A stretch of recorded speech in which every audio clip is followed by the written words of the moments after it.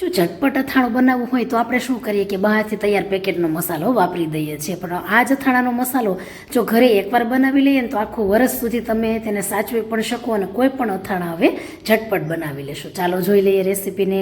તો અડધા કપ પ્રમાણે મેથીના કુરિયા છે તેને ધીમા ગેસ પર 1 મિનિટ માટે શેકી લેશું.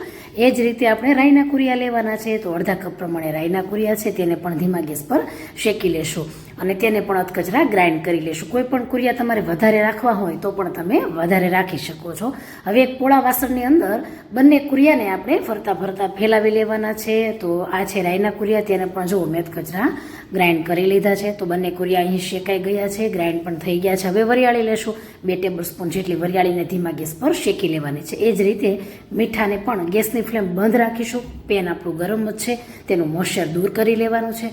તો આ રીતે મીઠું શેકાઈ જાય પછી વરિયાળી અને મીઠું છે મસાલામાં જ ઉપરથી ઉમેરી દેવાનું છે. પછી હિંગ ઉમેરીએ, 2 ટેબલ સ્પૂન હિંગ ઉમેરીએ, ત્યાર પછી 1 ટેબલ સ્પૂન હળદર પાવડર ઉમેરીએ. સાઈડમાં આપણે 1/4 કપ પ્રમાણે શીંગ તેલ ગરમ કરવાનું છે અને તેલ ગરમ થઈ જાય એ આ રીતે જો આપણે કુરિયા થોડાક ઉમેરીએ અને સતળાવા મળે એટલે તેલ આપણું પરફેક્ટ ગરમ છે. એકદમ ધુમાડો નીકળે એવું નથી કરવાનું.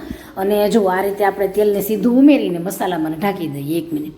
અને આવી રીતે ઢાંકવાથી હિંગની સ્મેલ છે ને બહુ સરસ મસાલામાં બેસી જાય. પછી મસાલો ઠંડો થાય એટલે આપણે ઘરનું જે અથાણાનું રેગ્યુલર મરચું જે તીખું દળાવેલું હોય નવું એ જ ઉમેરી દેવાનું છે અને મિક્સ કરી દેવાનું છે. તમે જોઈ શકો છો કેટલો સરસ દેખાવ આવે છે, ટેસ્ટ પણ એટલો સરસ છે.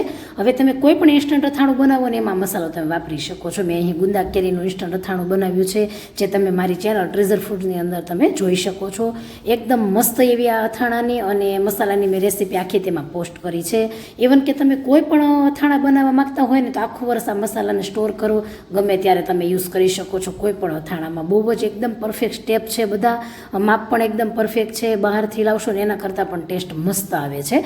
તો ટ્રાય કરજો આ મસાલાની અને અથાણાની, અને તમારા ફ્રેન્ડ્સ અને ફેમિલીમાં શેર કરવાનું ના ભૂલશો.